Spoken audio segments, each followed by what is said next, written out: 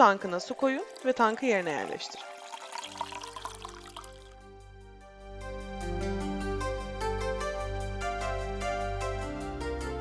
Makinenizin fişini takın. Güç düğmesine basarak çalıştırın. Mavi ışık yanıp sönüyor olacak.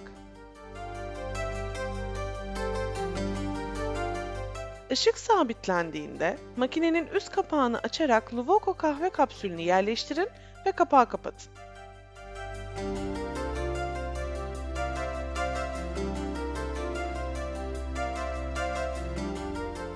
Tercihinize göre küçük ya da büyük fincan düğmesine basın ve su istediğiniz seviyeye gelene kadar basılı tutun.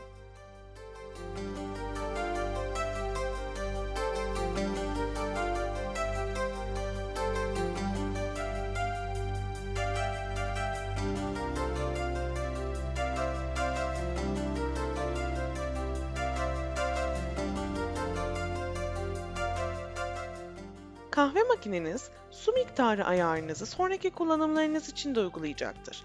Aynı adımları takip ederek ayarınızı değiştirebilirsiniz.